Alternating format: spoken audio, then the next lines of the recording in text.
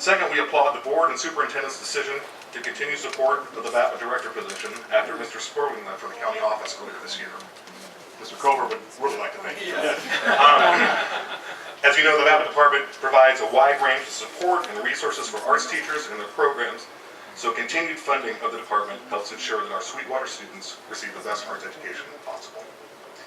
Lastly, but certainly not least, the Alliance would like to commend Maria Castilleja for her tireless efforts to make sure that all VAPA classes are classified as A through G, and as a result of her work, it ensures that many more students, college-bound students, are exposed to a variety of arts curricula.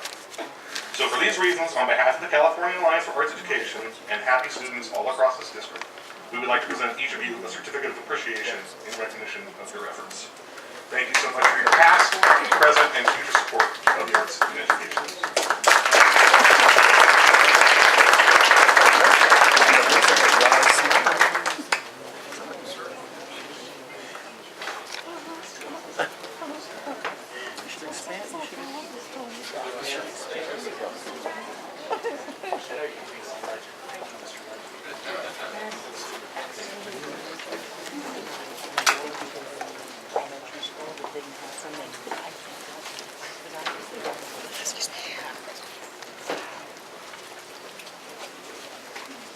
We do have some additional students up front now if someone want to go over those as well.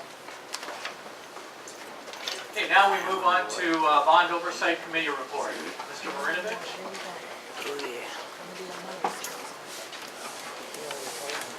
Good evening. It's been a busy month. Since the last May 13, 2000 board meeting, there's been a number of presentations and meetings relative to our Bond Oversight Committee. All of this effort has coincided with the recent media release of some grand jury transcripts.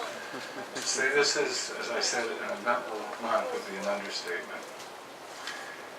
At the outset, I think it's important to recognize two significant observations that I have as chair. First of all, we have a Citizens Bond Oversight Committee that works well together.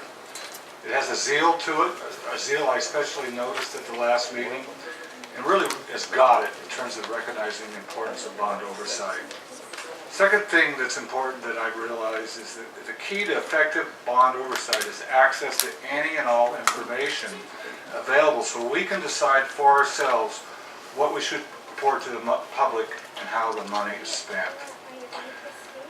Some of you have worked in government. For those who have worked in government for years, we know one thing, it's sort of a truism, it's like gravity. He who controls the information, he or she who controls the information, controls the power. That is why, and it's a little bit tangential, why the recent issues on the Public Records Act and possible changes of that is so significant. But one important thing I want you to realize when I'm up here is when I speak, this isn't just Nick Marinovich, the skinny bald-headed guy. I'm speaking for the whole Bond Oversight Committee. I want to name them: Dave Butler, John Grubb, Terry McCurney, Edgar Guerrero, Bernard Vasquez, and Kevin O'Neill. You know, they really care. I've been on a lot of committees, mostly professionally. This is the best. I'm serious. This is the best one I've ever served on. So in chronological order, I want to go over what's happened in the last month. Bear with me. This takes about 8.5 minutes, so I timed it before I came up here. I know you'd like to keep me under 5, but there's too many things going on. On May 15, 2013, under non-agenda public comment, I went before the City of Imperial Beach City Council. Gave them a sort of, this is what bond oversight is, these are the 2 schools in the district, these are how many students you have, this is what we do as a committee. Interesting, the mayor said, why don't you come back and we can give you some more time. On May 24th, I attended a San Diego Taxpayers Association Issues Committee, which I'm a member of the SDCTA, and we talked about lease-back. On May 29th, I met with Dr. Ault to discuss getting increased transparency and data dissemination, a follow-up to our Bond Oversight Committee discussion on bond anticipation notes, and importantly reviewed how his office is engaging more in our Bond Oversight Committee and the future selection of consultants. It was a very positive meeting. On June 3rd, 2013, Edgar Guerrero, committee, CBOC member, Terry McCurney, and myself went and took a tour of the iPads at Rancho Del Rey Middle School. It was an informative presentation, basically organized by the district. In the future, this is, I think the rest of the committee will go along with it. What I'd like to do as an individual and as a CBOC members, I'd like to go to a different school, different demographic, get some teachers and students, talk to them, and if we can, in confidence, and say, hey, what's gone good, what's gone bad? Not because I gotcha. We want to make this a better, whatever programs we want to figure out lessons learned. I mean, that's the way life is. It's what education about. Lessons learned, move forward, and be better from it. And what does show too, we as a committee have decided we're going to be more active in looking at what's going on in the schools, going on inspecting the projects. On June 5th, 2013, I had a lengthy call with Senator Wyland's office, a staff member there. They were very interested in further reforms and bond oversight. Senator Wyland is on the Education Committee and also is on a very innocuous but very powerful board called the State Allocation Board. So he's kind of important in the education circles in Sacramento. And as a staff member, I talked to at length about some of the things I thought would improve bond oversight.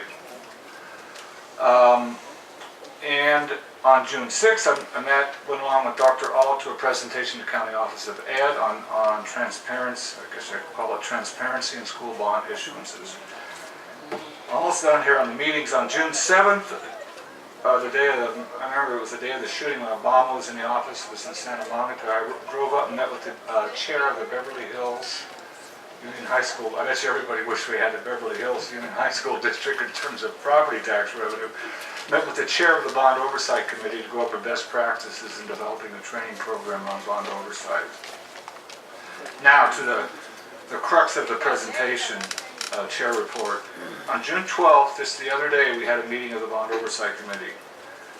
A couple things came across. One, we're going to have a more structured, focused subcommittee process in dealing with issues like best practices, what should be in the performance audit.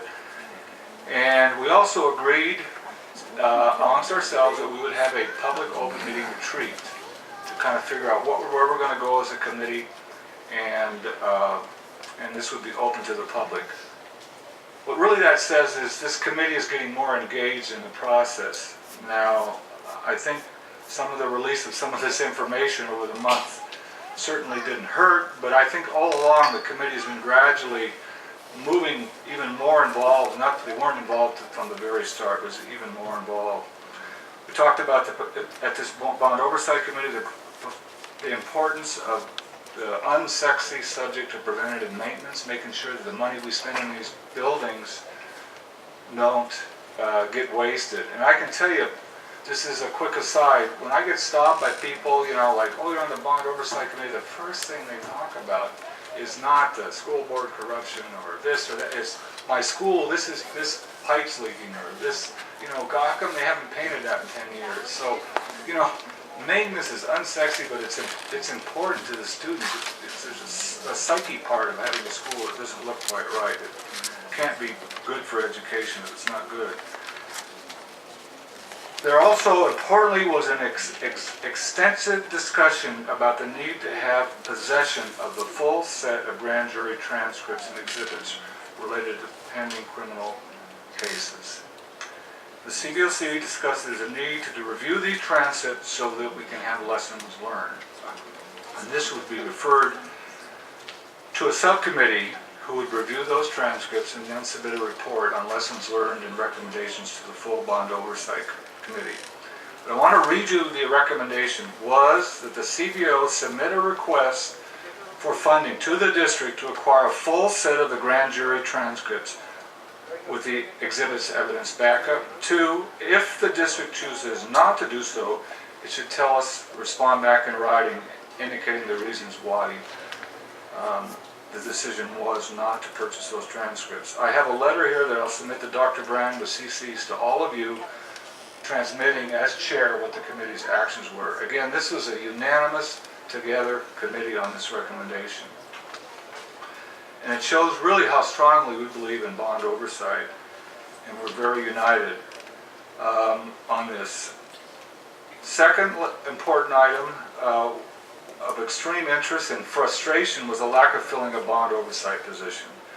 There's been 2 vacant positions since January, and all I can say is why. I mean, if you had a critical position in the school district, would you let that committee position unfilled for 5 months?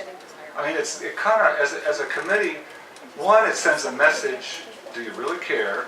And secondly, from a practical standpoint, we need to have now these active subcommittees. We don't have enough horses in the race to do that work. So and I'm not pointing fingers at the staff to the left.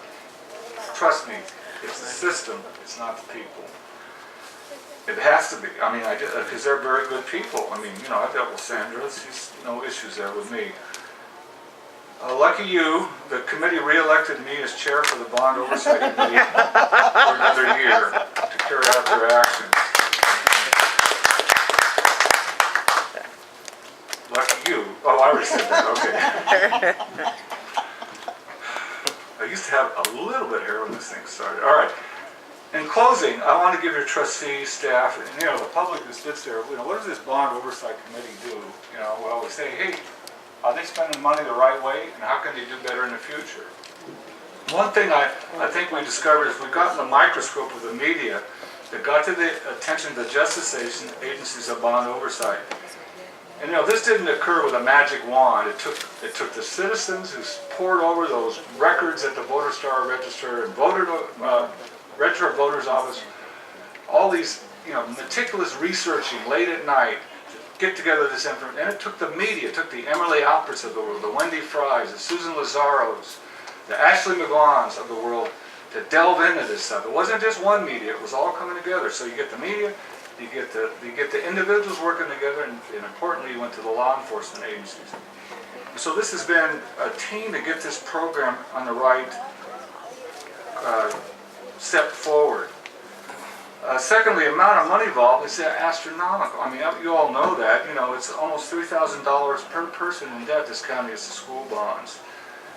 And as you can see from reading the transcripts, it's easy to skirt competition in this world of quality, in some cases, quality-based selection processes, whether it be lease back, or just selection of the consultants for the program. And that's why it's important that we read every single page of those transcripts and figure out what did we learn, what is not the right thing to do, what is the right thing to do, like that person did from the county of San Diego for the grand jury. She had it right on those underwriters. Third, these grand jury transcripts provide a significant opportunity to educate the public on what bond programs do, how they operate, and the methods, both good and bad, to award contracts. Particularly bond oversight, as I said, the media prepares is an important job, and without them, we wouldn't be here today. Now we're going to move forward, and I trust, you know, you have a committee, you know, and we really want to work together. This can be an easy or hard process, and it's the information that we need to do our job. And part of that information, getting those positions filled and treating us, you know, with respect, which everybody's listening tonight. That's good. I mean, it hasn't been that way in the past, and that's a really positive. It's a positive thing. I'm trying to be positive. But most importantly, and it's totally unrelated to this, I got the good word today that Paul was to change streams and ended up on a very positive note. I talked with Tom Calhoun this morning. We talk every Monday, and Paul is out of the intensive care unit. Is in a relatively isolated environment. Paul has fibrosis disease where he had a lung transplant. And Paul, I've seen him come in there with a lung machine, meeting with Tom and I on a Monday. I mean, with a little over 20% lung capacity.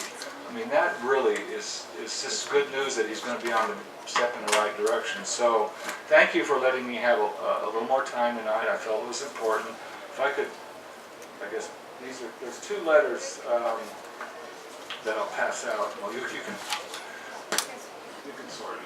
Thank you very much for your time.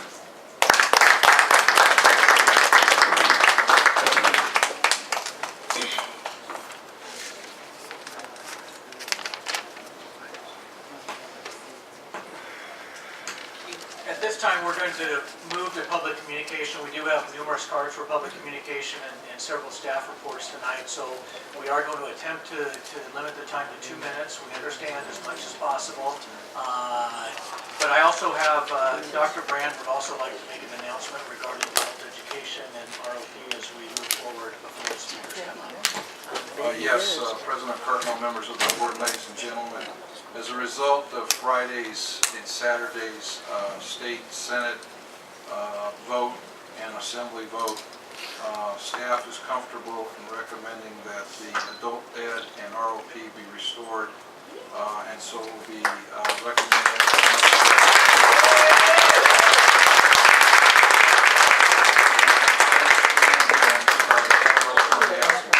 But we believe it's important for the public to know that that is a recommendation at this time. Should have never been With that, this canceled. is the point on the agenda where members of the public may address the board on any matter not on the agenda and have 2 minutes each to do so. The Board of Trustees cannot legally take action on matters not posted on the public agenda, but will refer the matter to the superintendent's office for a report. Dr. Brand. Lawrence Gilly, you're up. Stuart Payne, you're on deck.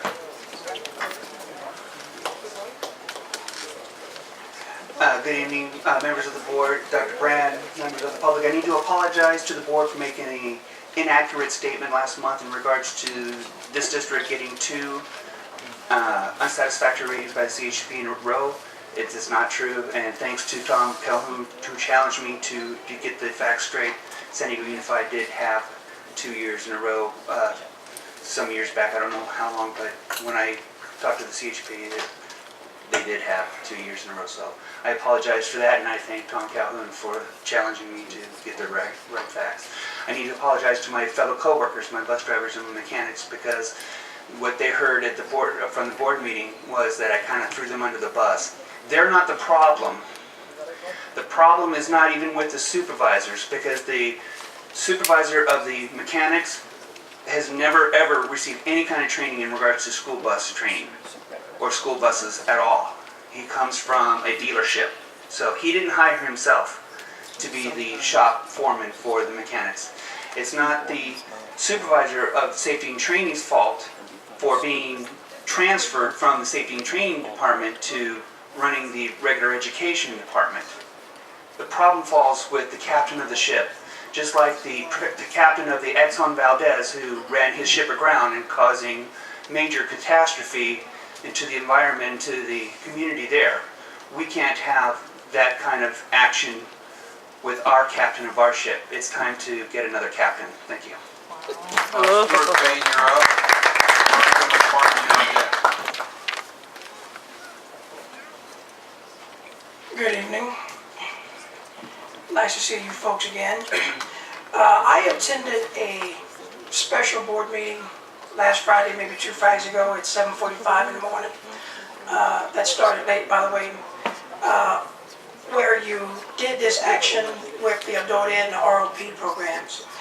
And I'm a little curious, while I appreciate what the superintendent said and you're going to reinstate whatever funding is necessary, why isn't that item on the agenda so you can take a vote on it? You have 6 or 7 items in the J area of this agenda, all related to agreements regarding the adult school. But you don't agendize the item where you vote and say, we're going to reinstate the funding for that. So while I appreciate the superintendent's comments, I don't trust him. And so maybe one of you could make a motion so y'all could put that item on the agenda and vote on it here tonight, so that the people that work in adult ed can leave here confidently knowing that you have taken a vote to reinstate that funding. Thank you. Veronica, Martin, you're on deck. Couldn't hear you. Mr. Brand. Muy buenas tardes a todos. Good afternoon, gentlemen. Yo estoy aquí para solicitarles, yo sé de los cortes en el presupuesto que se ha hecho. I'm here to ask regarding the budget cuts. Mi hijo asiste a Olympian High School, su escuela es Montgomery, My son goes to Olympia High School, his home school is Montgomery, Y quiero pedirles que por favor consideren continuar el transporte escolar de San Diego Sur hacia Olympia. Would like you to consider continuing the transportation from South San Diego to Olympian, Que tengo entendido no está todavía aprobado para el próximo año escolar. because it's my understanding that it's not approved for the next school year. Mi hijo lleva 2 años en Olympia, él se quiere graduar ahí. Yo también quiero que sea posible. My son's been at Olympian for 2 years. He wants to graduate from Olympian, and I would like that to be a possibility. Sería muy difícil para mí de manera económica, financiera, transportarlo yo en las mañanas y en las tardes y necesito de su apoyo para que continúe sus estudios en Olympia. It would be very difficult for me financially to take him to school and pick him up, and I would really appreciate your support so he could continue attending Olympian High School. Muchas gracias por su atención, por su tiempo. Gracias, atención. Thank you very much for your attention. Buenas tardes. Have a good afternoon. Gracias. John Brinkley, you're up, and Frank Brinkley, you're on deck. Nah. Good evening again, Board. As you all are aware, there's been some really interesting developments with the release of the grand jury testimony. Very interesting reading. But the parts that seem to stick out to me the most are the parts where the failures were happening. The failures on the part of the county office and its oversight abilities. The fact that it seems that Dr. Gondara was interjecting himself into the process far too much, especially in the relationship with the program management position. But, you know, we can all sit and point fingers at Dr. Gondara, but ultimately, you're all going to have to look in the mirror. You're the ones who brought him back, brought him here to begin with, I suppose. Some of you had more involvement in that. Some of you traveled far and wide to go find this man and foist him, actually, on this unsuspecting school district. But we got to remember that the groundwork that was laid for Dr. Gondara's arrival had already been in place, fertilized, and was flourishing. There were previous superintendents who they themselves were already engaged in this type of behavior. And when you got rid of him, what was your solution to getting rid of that fox who was guarding the hen house, but was to bring us yet another fox? A fox of a different type. I consider Dr. Brand to be eminently much brighter, much smarter, and yet thereby a lot more cunning. In the 2 years he's been here, we've watched him work real estate deal after real estate deal, and yet you seem to have forgotten the real estate deals that have all gone south that he was working on before he left.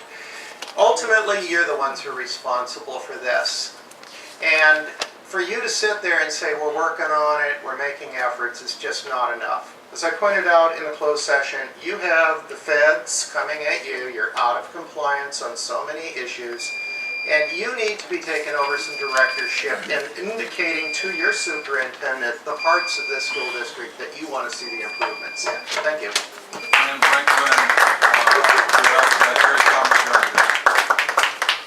My speech tonight is entitled Sound Advice. Please note that Dr. Brand originally claimed to the grand jury that he was asked to solicit campaign monies for Bertha, Pearl, and John. He also claimed that he never asked for contributions for any board member at any time from anyone. I would never do that, quote Dr. Brand.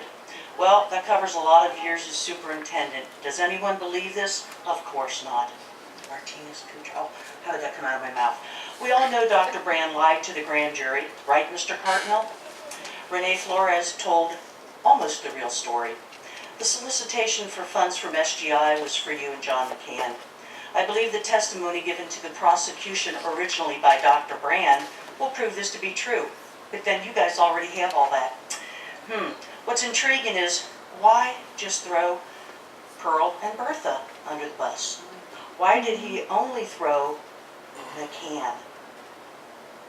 And the bus left without you, Mr. Cartmel. Jim and John, what will you say on the stand when asked about this? The DA has the original testimony that will not be released until trial to the public.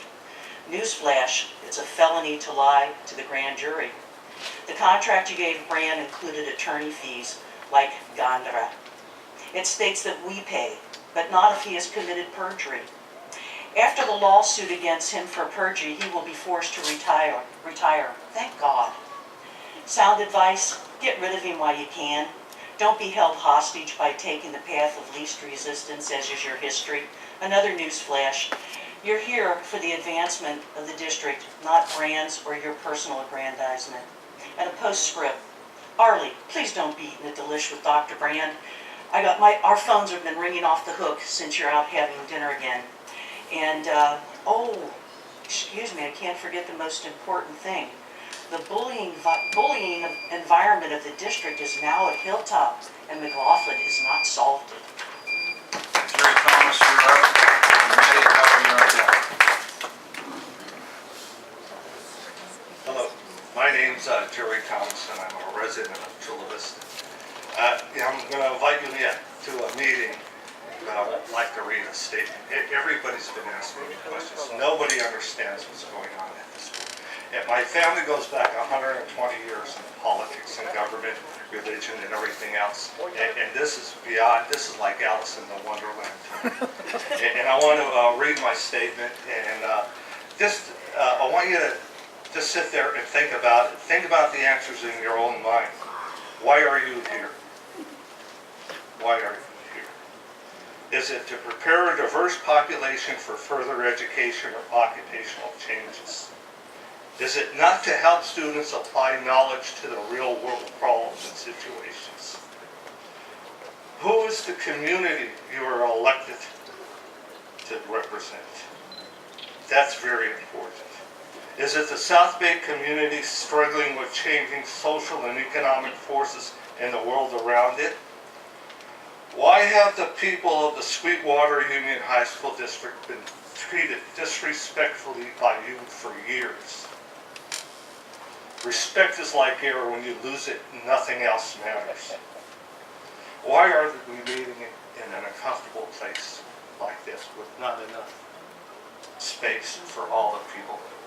You've got facilities that humiliate this. This is total disrespect. Such small places that just don't accommodate the people. What is the public's perception of this sport's ethics, integrity, and educational actions? It is an atmosphere of intimidation, an unethical conduct, with the fox guarding the hen house. We're having a meeting at the Southwest Chula Vista Civic Association on June 26th at 6 p.m.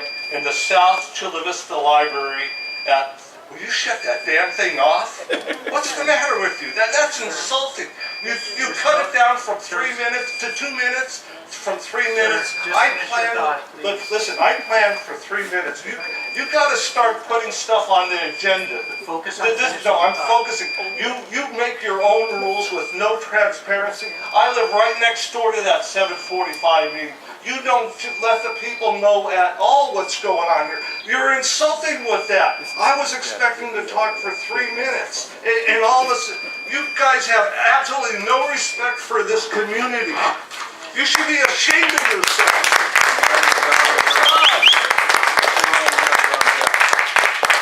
Stop it!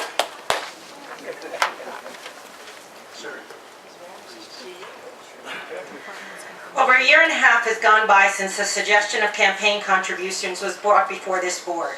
You have blocked it every which way possible, including testing my patience with bogus amendments to your bylaws. I've been more than patient. I've even volunteered to take part in a make-believe committee. Both Mrs. Cheers and myself sat down and met with you, Mr. Cartmill, over a month and a half ago. In this meeting, we were assured that by the end of the week, we would have suggestions on how to move forward. And to this day, nothing has been done, nothing has been received. How pathetic that I have to stand up here every month and beg you to do what is proven to be in your best interest, what is actually the right thing to do. Reading almost all of the grand jury testimonies, you four should be ashamed of yourself, even if only 1% of those items are true. You should welcome reform, but you shun it. Jim, you might even make a last-ditch effort before this meeting is over and try to save face and say you have suggestions. Who knows? Mr. McCann, you give excuses about gaping loopholes and special interests being able to donate, however, you brought nothing to the table. You have Dr. Brand asking for campaign donations. Those are his words, not mine. The true croaker for you, John, is that while you were having Dr. Brand do your bidding, you called the UT for publicity and wanted a ban on all gifts, stating, and I quote, "A complete ban on gifts would allow interactions with vendors to be simple and transparent." Maybe if you would spend less time putting campaign signs out in time for graduations and attend to the business at hand, you could actually get something done here. All of you look at us when we speak with such contempt.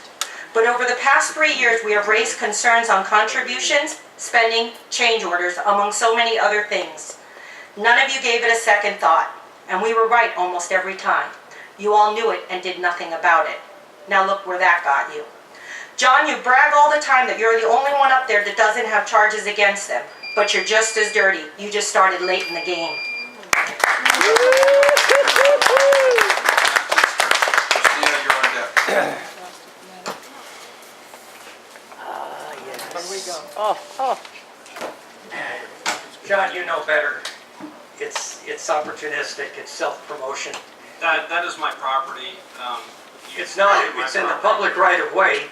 It's from your 2010 campaign, presumably paid for with some of the $20,000 you took from vendors. So, I'll leave it at that. Attorney, please.